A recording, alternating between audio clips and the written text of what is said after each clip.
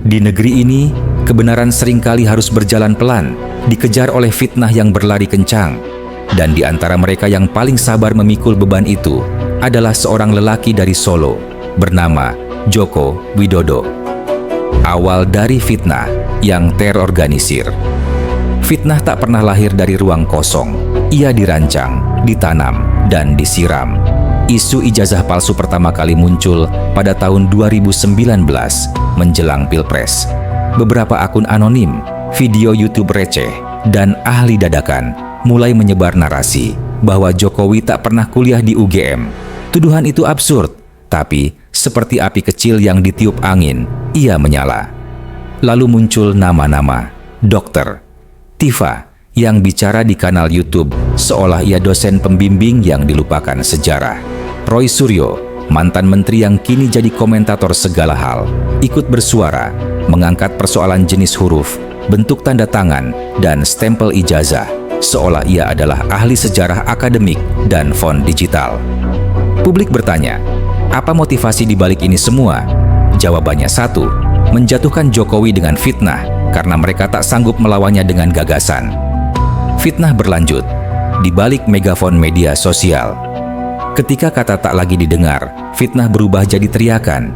Tahun-tahun berikutnya, narasi ini terus dipelihara. Video, tuduhan menyebar. Grup WA, TikTok, Facebook penuh dengan teori konspirasi. Emak-emak dibayar, demo diatur, massa digiring. Di Solo, rumah Jokowi dikerubungi oleh kelompok yang mengaku rakyat, menuntut kejelasan soal ijazah. Tapi publik tahu, mereka bukan warga biasa. Mereka adalah bayaran, bagian dari strategi politisasi kebencian. Dan Jokowi, ia diam. Ia tak terpancing. Ia tahu, kekuasaan bukan untuk membalas. Ia mencatat semuanya dengan tenang. Sabarnya seorang presiden yang menunggu jadi rakyat biasa. Kekuasaan sejati adalah ketika engkau bisa membalas, tapi memilih untuk tidak. Selama 2 periode, Jokowi menahan diri. Ia difitnah, dikata-katai, dijadikan objek hoaks, tapi ia tidak menyerang balik. Karena ia sadar, sebagai presiden, ia harus jadi teladan. Ia tidak menuntut, ia tidak melaporkan, ia tidak menghardik, tapi ia mencatat semua, satu persatu, dengan tenang. Dan ia menunggu hari di mana ia kembali jadi rakyat biasa, agar bisa melawan sebagai warga negara. 30 April 2025, Jokowi melawan balik. Kesabaran itu ada batasnya, dan hari ini batas itu dilewati. Rabu, 30 April 2025, pukul 9.50 pagi. Tanpa ajudan berlebihan, tanpa rombongan besar, Jokowi datang ke Polda Metro Jaya. Ia datang bukan sebagai penguasa, tapi sebagai warga negara yang berhak atas nama baiknya. Didampingi pengacaranya, ia melaporkan 5 orang, RS, ES, RS, T, dan K. Nama-nama yang publik yakini sebagai Roy Suryo dan Dr. Tifa. Ini sebetulnya masalah ringan, urusan tuduhan ijazah palsu. Tetapi memang perlu dibawa ke ranah hukum agar semuanya jelas dan gamblang, ujar Jokowi. Singkat, padat, tegas, Roy Suryo dan Dewa Panci. Ironi adalah ketika seseorang yang tersandung soal Panci kini bicara soal moral akademik.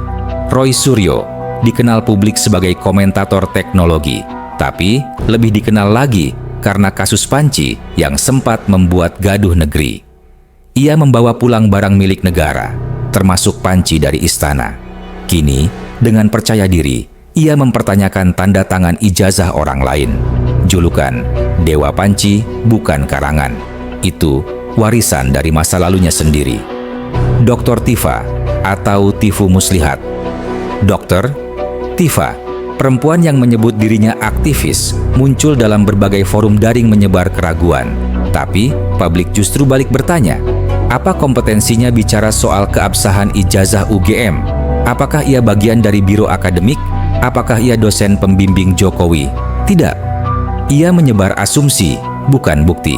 Ia membuat narasi, bukan data. Netizen menjulukinya Tifu Muslihat. Karena itulah yang ia bangun.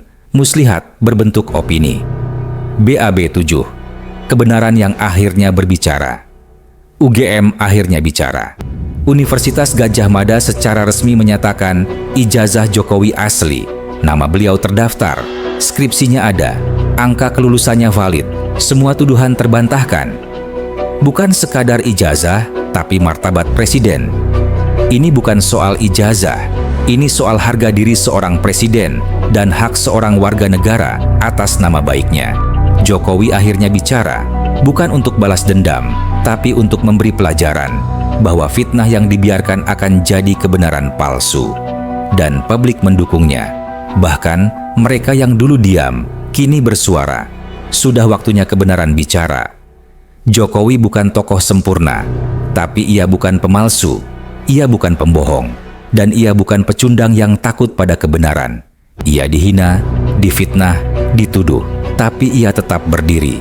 Dan ketika waktunya tiba, ia memilih jalan yang benar untuk membungkam fitnah.